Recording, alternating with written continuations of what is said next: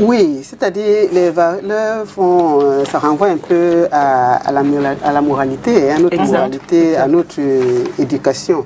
Et vraiment, de nos jours, je pense qu'on doit vraiment s'en inquiéter. Parce que quand il n'y a pas une histoire pareille qui sort, on pense que tout va bien. Mais dès qu'il y a une histoire pareille, on se rend compte que c'est la catastrophe. Beaucoup de gens s'inquiètent, beaucoup de parents s'inquiètent, beaucoup de jeunes s'inquiètent parce qu'entre jeunes, ils se connaissent. Quand ils retrouvent les noms de leurs camarades dans les réseaux sociaux, certains ne savent pas si leurs noms vont se retrouver à l'avenir. Et d'autres, ils sont stupéfaits, ils sont choqués. Donc, on pense que c'est vrai que la jeunesse, l'adolescence, est une période assez difficile, assez compliquée, parce que les enfants se découvrent, ils découvrent de nouvelles choses, ils ont de nouvelles connaissances, ils découvrent la transformation de leur cœur, de leur corps, parce que parfois ils ne s'expliquent pas. Et dans l'adolescence, parfois, ce n'est pas la tête qui réagit, c'est le corps qui dicte sa loi. Va faire comme ça, je ne te demande pas ton avis. Maintenant aussi, on a des enfants qui sont très intelligents, qui nous trompent. Un enfant intelligent est à surveiller de près. Quand il a de bons résultats à l'école, on est content. Mais après, il entre dans les recherches. Et comme les adolescents s'intéressent plus à ce qui se passe à l'extérieur, qu'aux conseils, qu'aux valeurs que leurs parents leur inculquent, ils se retrouvent donc avec des personnes, de mauvaises personnes à l'extérieur, qui savent effectivement qu'ils sont vulnérables, qu'ils sont naïfs et qui les utilisent comme ils veulent. Donc, le jour même, on perd aussi les valeurs parce que le monde est gâté. Beaucoup de parents sont comme ça. J'ai une amie qui enseigne à une université à l'étranger. Elle me dit que quand tu vois mes collègues, leurs réactions, leur moralité, et tu te rends compte que ces collègues ont les enfants, c'est inquiétant. Parce que qu'est-ce qu'ils transmettent à leurs enfants? Tout ça, on vit dans un monde maintenant où tout est mélangé. Des personnes qui ont été bien éduquées, ceux qui ont été mal éduqués, ceux qui sont bien intentionnés, ceux qui ne le sont pas, et ainsi de suite. Ça fait un désordre inouï. Ah oui. Wow. Donc là, il y a lieu de faire vraiment... Peur. Oui, ça fait peur. Maintenant, quand on a peur, qu'est-ce qu'on fait? On reste et on pleure? Non. On continue à faire notre travail. Et parce qu'il y a plusieurs types d'enfants aussi. On va tirer sur les parents et on va aussi tirer sur les enfants. On va d'abord dire qu'il y a des parents qui prennent soin de leurs enfants, qui prennent le temps de leur inculquer des valeurs, de leur donner une bonne éducation. Ces parents sont nombreux. Mais il faut dire qu'il y a des enfants têtus. Je passais devant un établissement public tout de suite en arrivant ici. Et il y avait plein d'élèves dehors. Et c'est quelqu'un qui travaille dans cet établissement qui était dans le taxi. Et il disait que les parents viennent pleurer tous les jours. Ces enfants ne sont pas dehors parce qu'ils sont en retard. Certains arrivent même très tôt, mais ils n'entrent pas. Quand on ouvre même le portail pour qu'ils entrent, il y en a qui n'entrent pas. Ils attendent l'heure de sortie et ils rentrent avec les autres. Alors que les parents s'inquiètent. Parfois, on est obligé d'aller trop loin. Il y a un éducateur qui m'a dit un jour qu'il était obligé d'aller dans l'établissement de son fils et de le menacer sérieusement. Certains ont été bastonnés par leurs parents devant leurs camarades. C'est-à-dire qu'il y a des parents qui sont vraiment été poussés à l'extrême pour récupérer leurs enfants. Maintenant, il y a aussi des parents qui sont laxistes. Des parents qui n'ont pas le temps.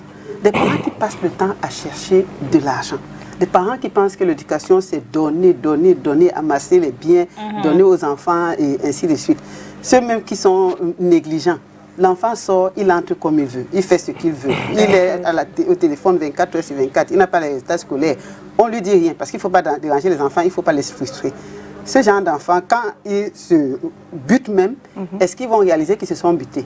À la différence des enfants qui ont une éducation, parce que le jour où ils se cassent la figure, ils se rappellent que mes parents m'avaient donné des conseils, il peut reculer. Mais quand on n'a aucune base, quand on n'a eu aucune éducation, on ne se rend même pas compte qu'on s'est cassé la figure. Mais maintenant,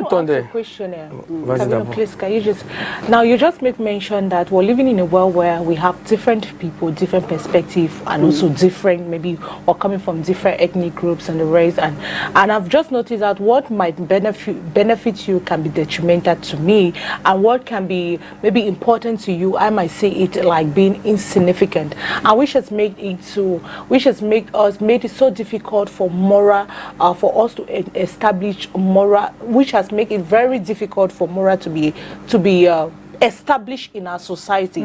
Now the question I want to ask you now, what do you think is a major issue to be dealt with or should parents be concerned when it comes to the morals of their children today? Oui, je pense que j'ai bien compris. Hein.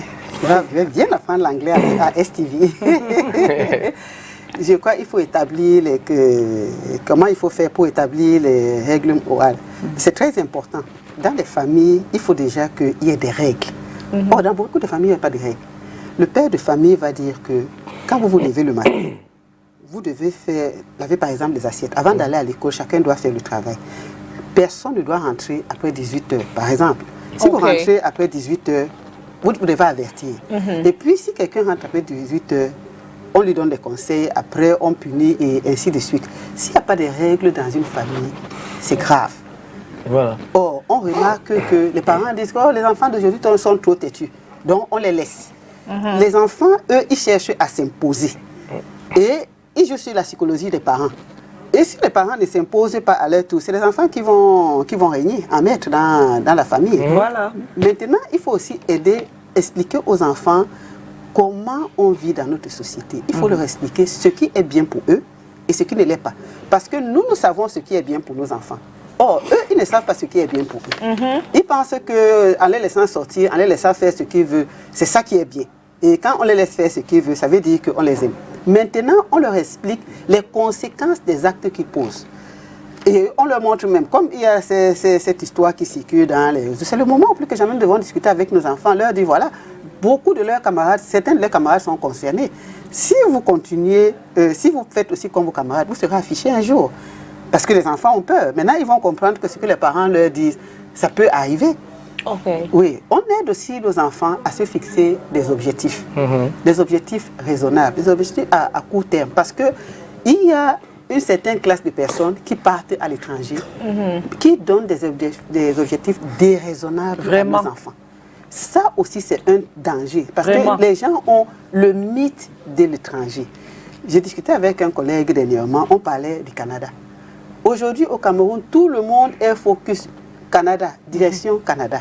Ils n'ont pas de projet de vie. Aidons nos enfants à avoir des projets de vie. Voilà. Alors, je disais à mon collègue qu'ils arrivent là-bas et puis ils se perdent. Il me demande que, mais c'est toi qui dis qu'ils se perdent. Le projet de vie, c'est qu'il arrive au Canada. Lui, quand il arrive au Canada, il a réussi.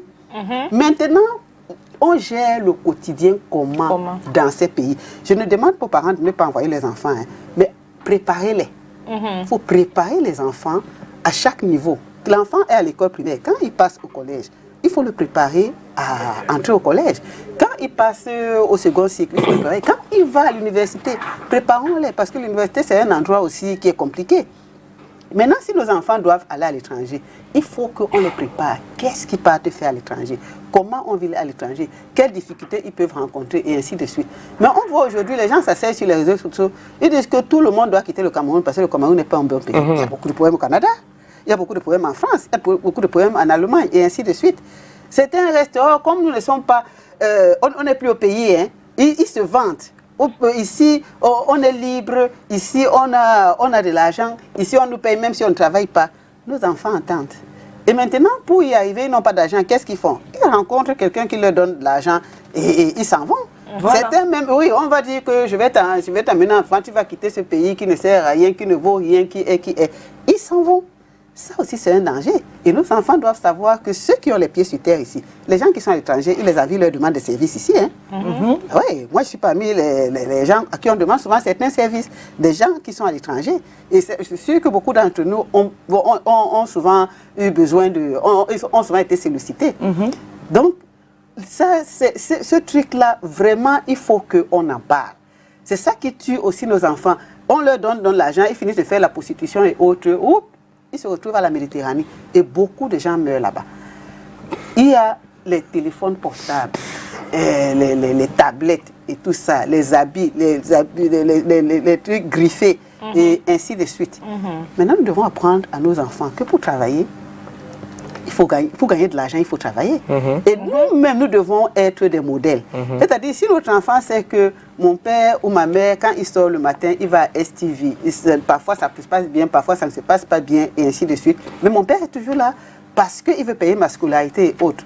Les enfants suivent souvent aussi plus les actes qu'ils n'écoutent les paroles. Hein. Donc, l'enfant, on lui apprend à travailler. Tu vois comment je me lève le matin, c'est dur. Parfois, je n'ai même pas l'argent de taxi à te donner. Qu'est-ce que je fais? Est-ce que je vais dans les boîtes de nuit et autres pour récupérer l'argent? Non. Parfois, c'est un parent. Le jour où il n'y a pas l'argent d'un enfant, que aujourd'hui, on ne peut vraiment pas faire autrement. On supporte. Demain, l'enfant part à l'école. Aujourd'hui, on n'a pas pu manger. On mange le riz sauté et je ne sais quoi. Demain, si on a l'argent, on mange le poulet. Nos enfants doivent voir ça. Et c'est eux-mêmes qui vont souvent dire que mon père est un modèle. Même les enfants les plus têtus ont besoin d'avoir des parents stables. Voilà. Il faut voir même entre les bandits, quand ils vont se disputer là, ou ces prostituées là, non, mon père n'est pas comme ça, non, mon père était strict et tout ça. À un moment donné, on a envie de revenir à son éducation et de dire que ne me vois pas parce que je suis dans la rue là, j'étais quand même élevé de telle ou telle manière. Or, c'est nous qui apportons ça à nos enfants. Quitte à ce qu'ils n'acceptent pas, hein, quitte à ce qu'ils ne nous écoutent pas, mais nous aurons fait notre devoir. Généralement, quand les enfants atteignent l'âge adulte, ou bien quand ils se cassent la figure, ils se rappellent que les seules personnes qui les soutiennent en fait et qui les aiment très profondément sont les parents. Parce que dès qu'il y a un problème là, la première personne qu'on appelle, c'est le parent. Hein.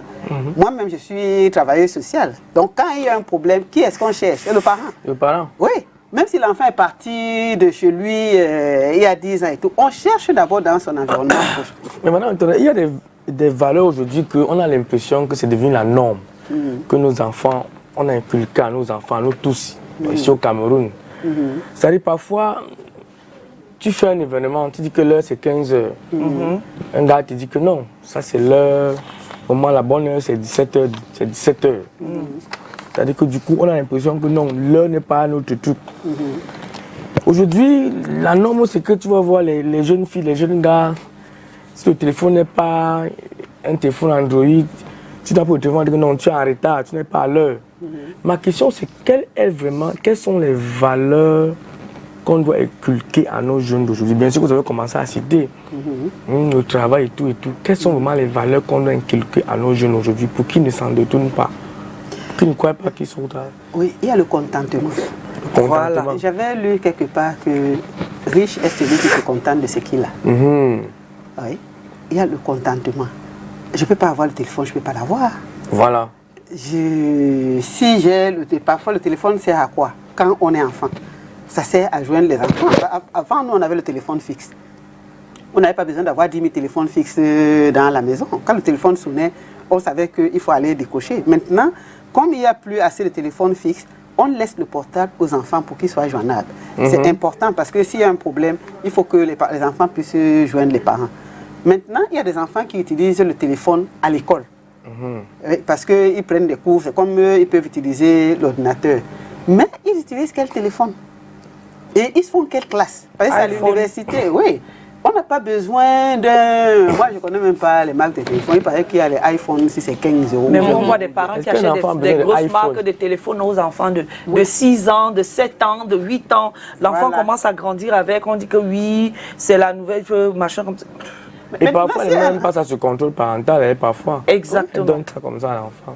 Si on achète le téléphone à l'enfant de 6 ans, iPhone, après, quand il arrive à 10 ans, on lui donne un ordinateur dernier cri. Quand il a 18 ans, on lui donne une voiture dernier cri. Il va faire quoi à l'école?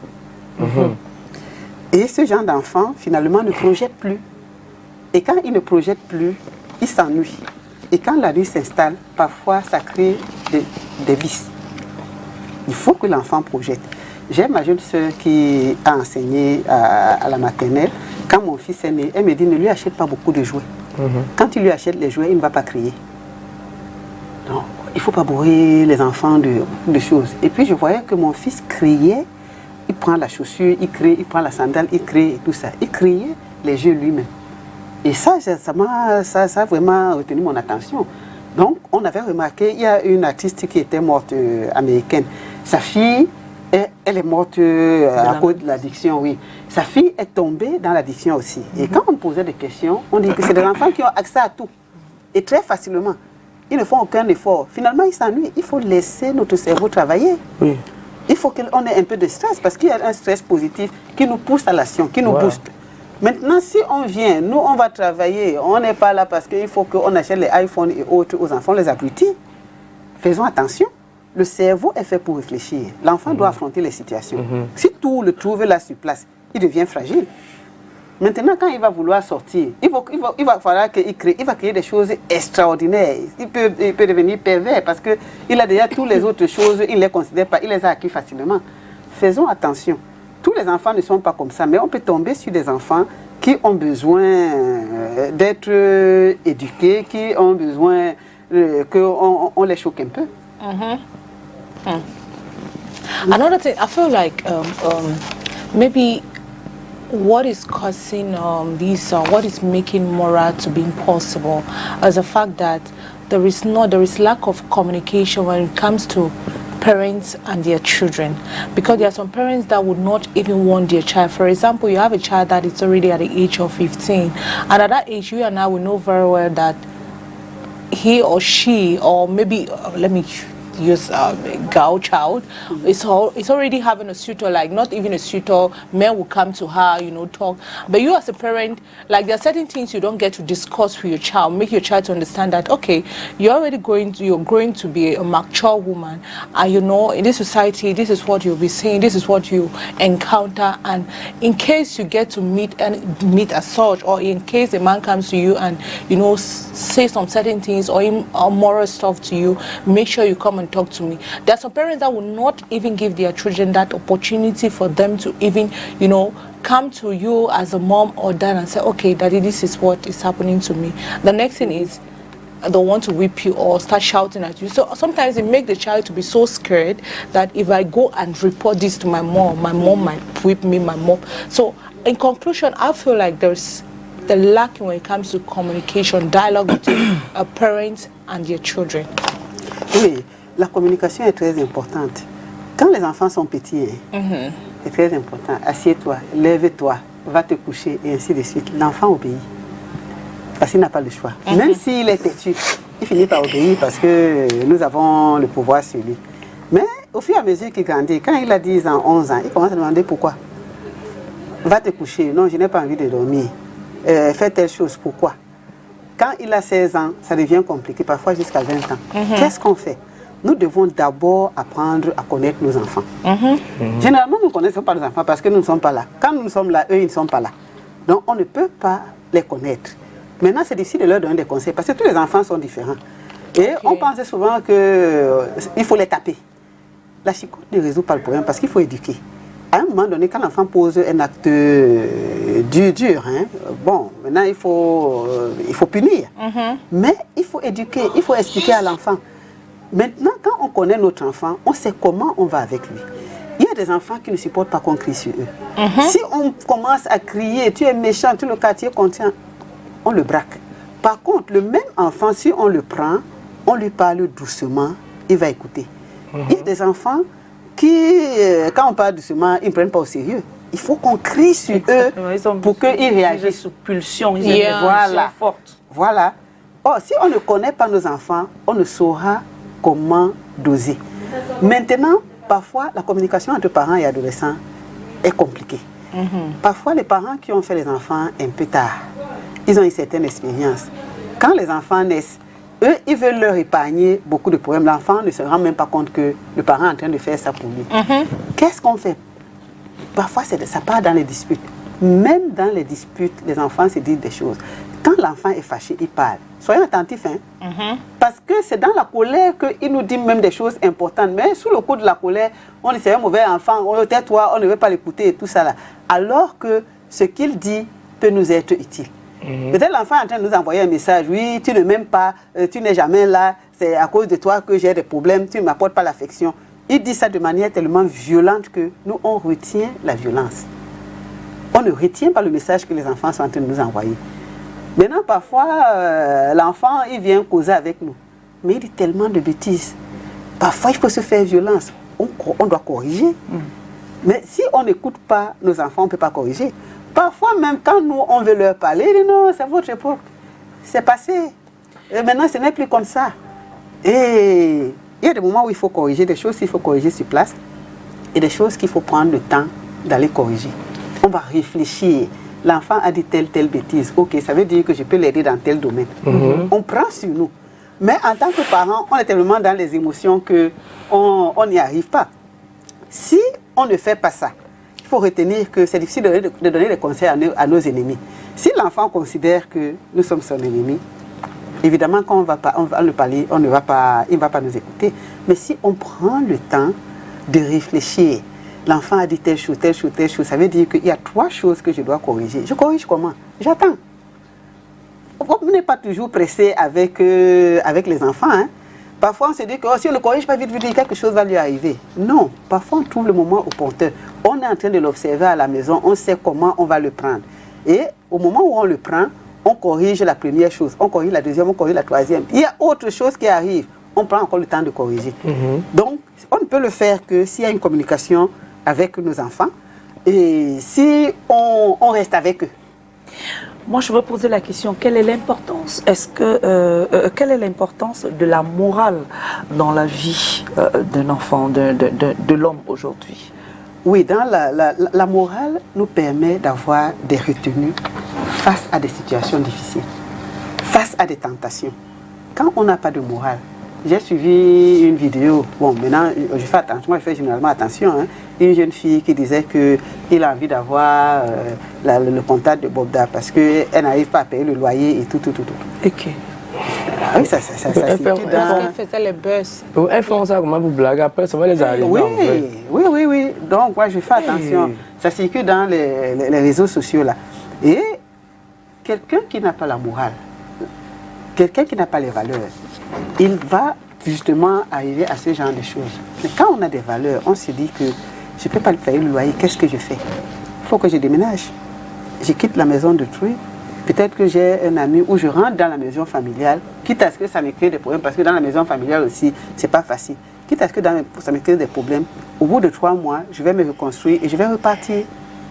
Ou alors, on peut appeler Mireille Grasse ou Cathy, est-ce que on peut me donner l'argent, est-ce que... On cherche les solutions, et les bonnes solutions, quitte à se faire violence. Parce qu'il y a des gens qui préfèrent aller faire la prostitution, et au lieu d'aller faire le ménage sur une femme, je vais prendre une femme de ménage. Elle va me dire que moi, je n'aime pas qu'on me commande. Elle me parlait mal. Elle me donnait beaucoup de travail. Mais il va subir les violences parce qu'elle voulait avoir l'argent facile. Quelqu'un va s'asseoir derrière un call box. Elle dit, je n'ai que 2000 francs de bénéfices par jour. Mais la même personne va aller suivre un homme qui va la violenter. Après, il donne 1000 francs de taxi. Donc, il faut savoir faire des choix dans notre vie. Quand on a donc des valeurs, quand on a la morale, on endure les tribulations. Le bonheur, c'est aussi qu'on sache endurer les tribulations. Qu'on sache, on montre à nos jeunes, à la société, à nos enfants, que nous endurons, qu'on gagne de l'argent à la sueur de notre front.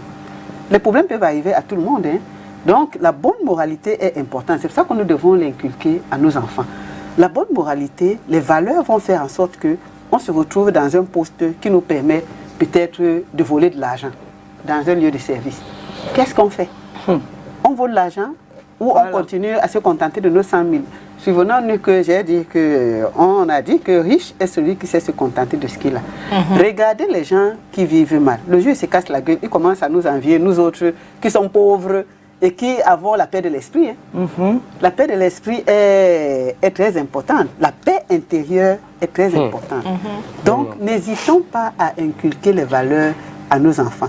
Ceux de nos enfants qui ne sont pas impliqués dans ce qui se passe là aujourd'hui sont tranquilles. Ils font des commentaires.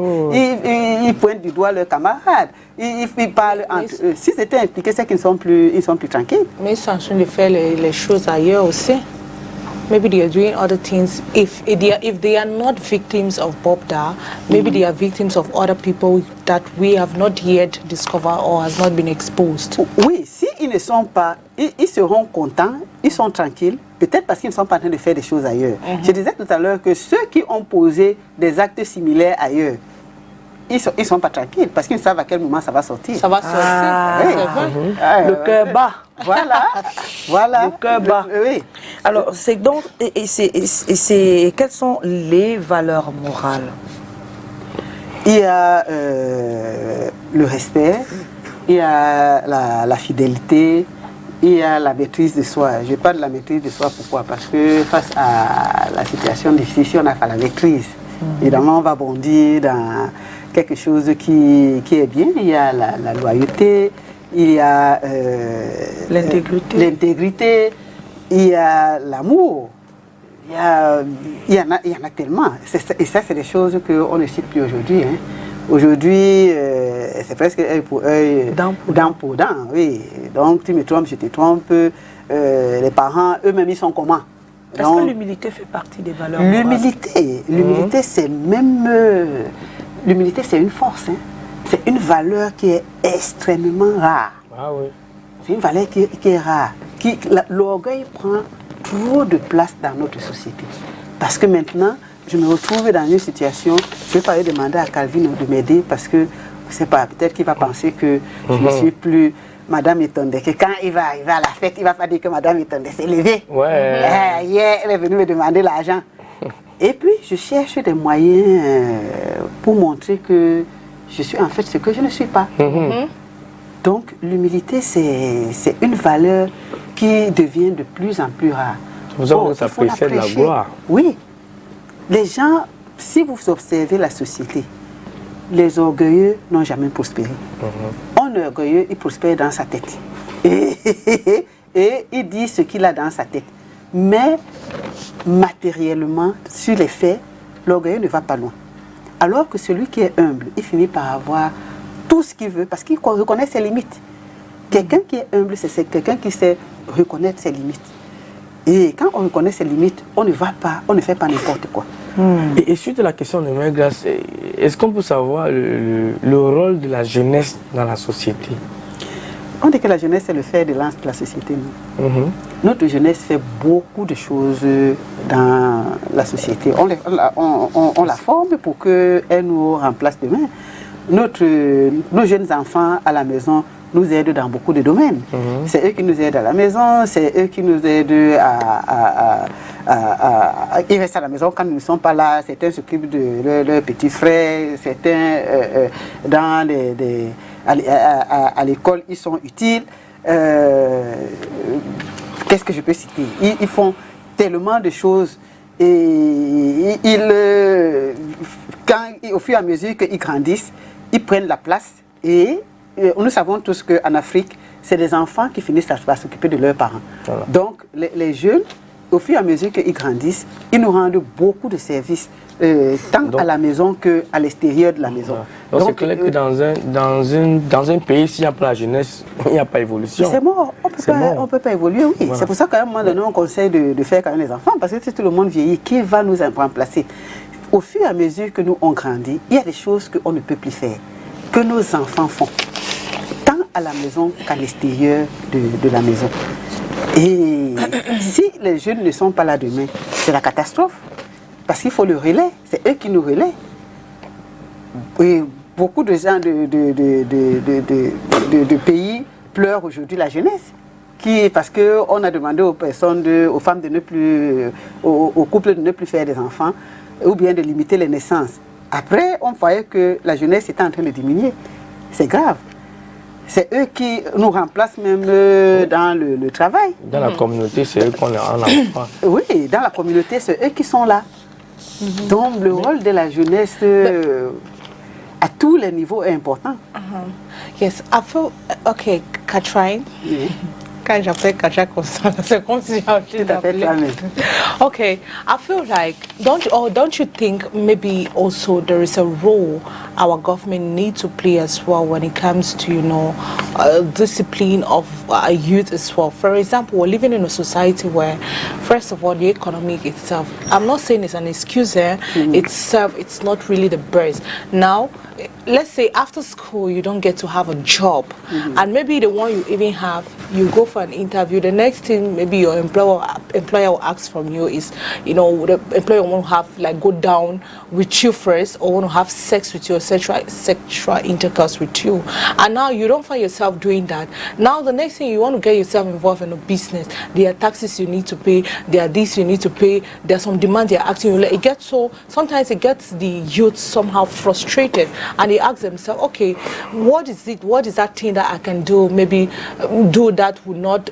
make me, maybe I'm not going to spend, or I'm not going to be, I'm not going to, should I say, I'm not going to stress myself that much. For example, if I want to open my business, there will not be anybody that will ask me for, I won't pay tax. So sometimes you put them in that hot seat and they'll say, okay, I think I'm not really lucky at all. It's better I just go for something that is so easy by sleeping with men left and right. So I just feel like maybe there is something that the government itself needs to do for the youth, because I believe if we are all occupied, our mind will not be focused on, I want to have a fast money, I want to. So I don't know, so that's... Oui, c'est vrai que beaucoup de jeunes sont coincés, hein. Bon, ils se disent coincés. Il faut dire que la responsabilité, c'est à tous les niveaux aussi. Il faut que, effectivement, que les pouvoirs publics mettent sur pied un certain nombre de choses. Et je sais aussi que dans certains ministères, on avait mis sur pied des projets. C'est vrai qu'il y a eu des abus de la part de certaines personnes, mais parfois de la part des jeunes bénéficiaires. Parce qu'il y a des gens qui s'inscrivent et puis on leur donne les moyens et ils disparaissent. Oui, ils disparaissent. Donc il y a ça. Mais il faut que les pouvoirs publics, c'est vrai, qu'ils multiplient aussi des situations qui peuvent rapporter de l'argent. Maintenant, il y a des écoles dans lesquelles les jeunes peuvent partir et en sortant de là, ils sont sûrs d'avoir le travail. Mais est-ce qu'il faut se focaliser sur ça? Parce que ce que les gens disent, quand on dit qu'il y a le chômage au Cameroun, les écoles, on ne peut pas faire le concours d'entrer dans une école, on ne peut pas. C'est parce qu'on se focalise sur le secteur formel, dans les établissements de services publics et autres. Qu'est-ce que nous-mêmes nous pouvons faire? Parce que moi, j'essaie toujours d'être réaliste. Je me dis que si on pense que tout le monde va aller c'est un exemple que je donne, à l'ENAM ou à, je sais pas moi, l'école normale supérieure et tout ça. Quand on n'entre pas là-bas, on pense qu'on a raté sa vie. Mais non. On a par exemple les médecins qui entrent au CUS et des médecins qui sont dans le secteur privé qui gagnent bien leur vie. Donc tout le monde pense que s'il ne pense pas au CUS, il a raté sa vie. Tout le monde pense qu'il faut aller travailler dans de grandes structures et tout ça, sinon on a raté sa vie. Nous pouvons aider nos enfants autrement. Je disais tout à l'heure qu'on doit les aider à se fixer des objectifs fiables, raisonnables et à court terme. Maintenant, on doit être réaliste. On est dans un contexte où le travail ne court pas les rues. Si on était en France, par exemple, on sait que si on va toquer à la première porte, on peut être ménagère. Mais si vous habitez aussi dans ces pays-là, les originaires vont trouver que non, ce n'est pas le travail qu'ils vont faire. C'est les étrangers qui vont voir les petits travaux là et ça va les intéresser parce qu'ils ont fait le chômage chez eux. Nous avons dans le secteur informel, il y a tellement de choses. Il y a tellement de choses à faire que je crois que le secteur informel, je ne suis pas économiste, mais ça fait tourner beaucoup d'économies. Si on discute avec des personnes qui sont dans les petits commerces, le jour où on est coincé, nous on peut leur demander de l'argent. C'est des gens qui gagnent des petites sommes régulièrement. Maintenant, quand nos enfants sont petits, quand ils sont jeunes, qu'est-ce qu'on fait? On veut qu'ils partent être directeur général d'une structure. Commençons par les petites choses. Je dis souvent aux parents, mettez les enfants dans un premier temps, dans un endroit où ils n'ont pas d'intérêt, dans les PME. Les PME ne donnent pas souvent les contrats parce que les parents ont souvent dit on ne donne pas le contrat. Le PME n'est pas déjà obligé, la PME n'est pas déjà sûre de sa durée de vie. S'ils ne pas donner les contrats, comment ça va se passer? Mettez-les là où ils n'ont pas d'intérêt, pour ça ils vont apprendre le travail. Au fur et à mesure, ils vont progresser. Maintenant, si notre enfant a envie de créer sa structure, on ne va pas lui dire qu'il crée une structure comme, je ne sais pas s'il doit prononcer les noms. Non, il commence par payer peut-être l'impôt libératoire. Là, c'est moins lourd. Après, au fur et à mesure qu'il progresse, il peut transformer sa structure. Moi, ma structure, c'est une association. Elle est moins lourde. J'ai beaucoup de travail à l'intérieur maintenant. J'ai cherché à savoir comment ça peut fonctionner, comment je peux travailler avec le secteur public, le secteur privé. Et j'ai réussi à me faire une petite place là-dedans. Mais je n'avais pas les moyens de payer et les impôts et autres. Mais ce qu'il faut faire dans le cadre du travail social, Vraiment, j'essaie de le faire. Je me suis formée beaucoup pour ça. Voilà. Et, oui. Donc, orientons nos enfants vers des choses qui sont raisonnables. Soyons réalistes. Or, beaucoup de gens qui, dans les réseaux sociaux, on tire sur l'État. L'État ne fait pas ceci, l'État ne fait pas cela. Nos enfants, écoutez, quand ils finissent, ils viennent rester à la maison, ils nous répètent les mêmes choses. Entre-temps, il y a des enfants qui se débrouillent autrement. Parce que l'État ne peut pas tout faire. Voilà. Maintenant, ce que l'État peut faire, qu'il le mette à la disposition des enfants, parce qu'il y a des enfants qui ne peuvent pas aussi se passer de l'État. Donc, il faut que l'État mette aussi quelque chose à leur disposition. Mais ne mettons pas tous nos espoirs à un endroit qui est déjà saturé. Il y a des gens qui travaillent. Une dame, un jour, avait appelé une de ses amies. Elle dit, il demande, tu es encore au travail? Elle dit, non. Tu t'es trompé de numéro. Elle insiste, c'est moi tel. Après, elle dit que, oh, oui, je pensais que tu t'es trompé de numéro parce que tu as demandé si je suis au travail. Elle dit, mais c'est ton travail ce que tu fais. Ça te rapporte de l'argent, ça paye tes factures et autres. La dame considère qu'elle est au chômage. Tant qu'elle n'est pas un travail par STV, c'est-à-dire tout le monde veut être derrière un bureau. Il y a des gens qui préfèrent avoir une licence en poche, chômer, que d'aller faire même la moto en attendant. Rappelons, nous aurons le Vox Pop d'un moment à l'autre. J'espère que voilà, mais qu'on affiche le numéro de téléphone au bas de l'écran pour permettre aux téléspectateurs de pouvoir appeler et soit faire des suggestions, soit poser des questions à Catherine Etondé. Nous parlons de les valeurs de la jeunesse ce matin. Faut-il s'en inquiéter? Jeunesse et valeurs morales. Faut-il s'en inquiéter? C'est le thème de ce jour. On va continuer cette émission. Si le Vox Pop est prêt, on regarde Thierry, on est descendu dans les rues de Yaoundé pour poser la question à l'homme dans la rue. Déjà, on ne sait pas là où on va avec une jeunesse aussi inconsciente. Par exemple, vous allez voir dans des établissements où il y a un règlement intérieur.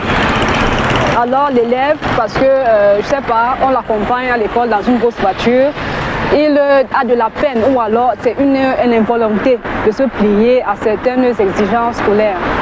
Et en dehors de ça, on a des fréquentations, non seulement au niveau du quartier, de l'école.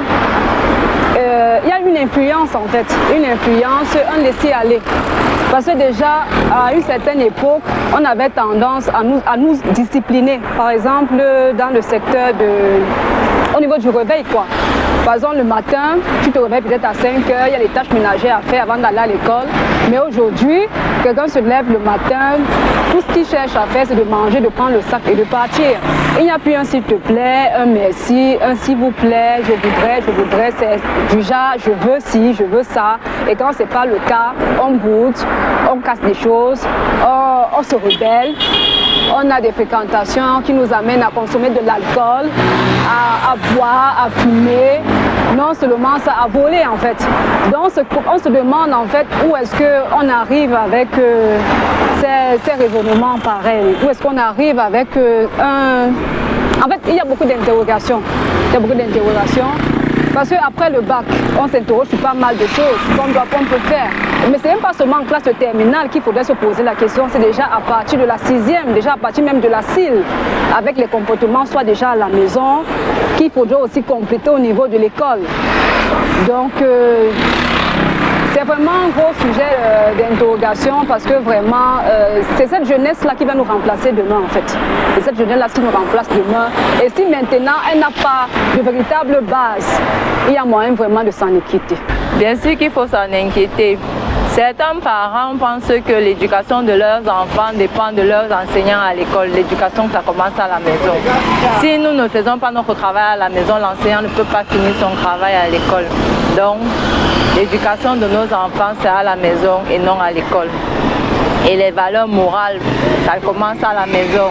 Et nous qui inculquons les valeurs morales à nos enfants. Et ce sont ces mêmes valeurs-là qui vont te représenter à l'école. Et donc, du coup, s'ils n'ont pas de bonnes bases vraiment à l'école, l'enseignant ne peut rien faire. Oui, il faut effectivement s'en inquiéter. au regard du nombre assez élevé des dérives que nous vivons de nos jours, c'est-à-dire le banditisme, les partous et autres cas de vol, de viol. Vraiment, il y a beaucoup à faire pour cela. C'est-à-dire nous devons revenir à l'éducation même, à l'éducation et au cours de morale. Il y avait à notre époque des cours qui portaient sur la morale. Je pense que nous devons revenir à cette éthique pour commencer à limiter ces déviances que nous observons au jour le jour. Vraiment, ça devient inquiétant parce qu'il ne se passe aucun jour qu'on ne cite un cas de déviance quelque part. Et puis, cela est suffisamment alimenté par ces réseaux sociaux avec cette catégorie de personnel ou de personnages qu'on appelle maintenant les influenceurs. Une terminologie qui pour moi ne veut absolument rien dire. Vraiment, nous devons faire très attention avec cela. Les réseaux sociaux, essayer de discipliner nos enfants dans l'usage des téléphones portables qui sont maintenant monnaie courante dans nos familles. Voilà ce que je pense par rapport à cela. Au fur et à mesure que les jours passent, on s'en rend compte que la jeunesse d'aujourd'hui ne fait que s'enfoncer dans des mauvaises choses qui ne sont pas très bien et que nous, parents, nous devions mettre les pieds sur terre pour que ça aille mieux. Parce qu'à notre époque, nous, on n'était pas comme ces jeunes d'aujourd'hui qui vont, au lieu d'aller pour une éducation, apprendre certaines choses à l'école, ils vont juste à l'école séduire des professeurs et s'enfoncer dans les drogues, les meurtres, un peu etc. Donc il faut qu'on mette, nous parents, nous devions mettre les pieds sur terre pour cette jeunesse d'aujourd'hui. Il faut vraiment s'en inquiéter. Parce que vraiment, si le parent ne prend pas son enfant en charge, c'est très dangereux. Vu ce qui se passe dans les écoles et dans la rue, c'est catastrophique. Il faut vraiment que le parent prenne son enfant en charge. De quelle façon? De façon pratique? Bon, quand on parle bien de l'éducation, malgré tout ce qui va se passer dehors, vu que quand l'enfant sort de la maison, il n'est plus avec toi. Maintenant, quand il se retrouve dans la rue, à l'école, quand il rentre, il faut essayer de causer avec l'enfant, comment ta journée a été, qu'est-ce qui s'est passé, est-ce que tu as eu des altercations, des trucs, un peu de pareils trucs, pour savoir un peu comment prendre ton enfant pour qu'il puisse avoir une bonne éducation, quoi. En tant que parents, on se bat. On se bat au minimum. Parce que la génération là, on ne court pas avec cette génération. On les prend un peu. Et surtout concernant les filles. Âgées déjà à partir même de 15 ans, 15 ans déjà là. La plage de la puberté là, il faut dialoguer avec elle, il ne faut pas menacer, il ne faut pas frustrer, il faut toujours la prendre même comme ton ami, tu lèves même que c'est ton enfant. Donc c'est un peu ça, le reste bon, on remet à Dieu. On remet vraiment à Dieu parce que, Cathy, c'est...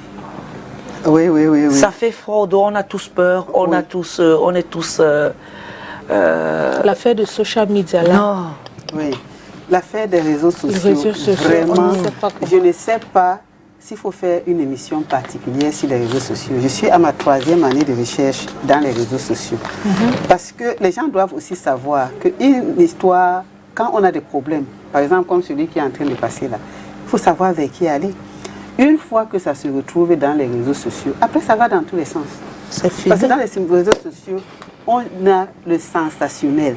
Il y a trop d'émotions. Il y a la recherche des vues. Il y a les règlements de compte. Il y a de tout. Regardez l'histoire de Bob Daki en train de passer maintenant. Si on va auprès des personnes compétentes qui doivent la gérer, vous allez voir qu'elle pourra être réduite même à ça. Hein. Mais après, on a déjà entendu qu'il a violé plus de 1000 filles. Après, on dit que non. Il a quelle érection comme ça, la maman? Voilà. Après, on dit qu'il y a plus de 100. Après, il y a plus de 150. Maintenant que le ministère de la promotion de la femme est partant pour écouter les victimes et autres, vous allez voir que très peu de gens vont partir déclarer. C'est vrai. C'est maintenant que le vrai problème va commencer. J'en profite pour dire à toutes les victimes de se rendre dans des services décentralisés du ministère de la promotion de la femme. Là, ils seront écoutés et il y aura l'accompagnement psychosocial. Moi, je suis spécialiste en santé mentale du ministère ici dans le littoral. Donc, forcément, on va m'appeler. Donc, ceux qui ont des problèmes, ils vont aller là-bas. Après, on va les orienter parce que chacun fait son travail. Et les gens ont le réflexe d'aller rendre les histoires publiques. Maintenant, cette histoire de Bobda, il y a des témoignages là. Quelqu'un a dit que une personne est allée témoigner et on lui a dit va lire la page, si c'est quelle page du livre de Nathalie Koua. C'est exactement ce que la personne a seulement changé, qu'elle a pris tout le test. Donc ça veut dire que ça va dans tous les sens. Ça va dans tous les sens. Vous avez des problèmes, rendez-vous, renseignez-vous, allez auprès des personnes compétentes. Les jeunes qui nous écoutent aujourd'hui, allez auprès des personnes compétentes. Ne partez pas dans les réseaux sociaux. Parce que quand on va dans les réseaux sociaux, ça veut dire qu'on veut que tout le monde intervienne. No. On est spécialiste, on n'est pas spécialiste. Tout le monde va intervenir. No, but I just feel like maybe it's fright, because just imagine that you go and report somebody. Maybe I'm being threatened by Mireille, and Mireille has connection in the country, and it's so difficult for Mireille. It's already threatening me that if you dare, I am going to do this. Sometimes it's just fright that okay, if I go and report Mireille to the police or maybe the gendarme, they have opportunity that this person might use his or her own connection to just keep me behind the bars for life. So I just feel it's that fright. Cameroonians they are not really, when it comes to their security itself, they are not really sure of it, because they don't know if I will be protected by the association I'm going to report this person to. How would they protect me from being harmed by this person? Or oui, vous savez, ce que nous on fait dans notre travail, première chose, on n'affiche pas la victime. Ok. Quelqu'un vient me dire j'ai été violée et tout. Je ne la prends pas et je la mets. Sinon, si moi, quand je viens faire vos émissions, je cite les noms des gens, je vous apporte les photos et tout ça, on ne cite pas les victimes. Okay. Moi, je me suis souvent retrouvée dans les dossiers où les violeurs se sont retrouvés en prison. Hein. Oui, ils se sont retrouvés en prison. Mais on protège la victime. On garde secret ce qu'on nous apprend. Maintenant, à mon niveau, si je reçois une personne, je sais dans quel service tu l'amènes. Je le renvoie dans les services décentralisés des affaires sociales ou de la délégation de la promotion de la femme et de la famille. Quand ils finissent d'écouter, ils font l'écoute. S'il faut aller à la justice, ils envoient le problème à la justice. Ni vu, ni connu.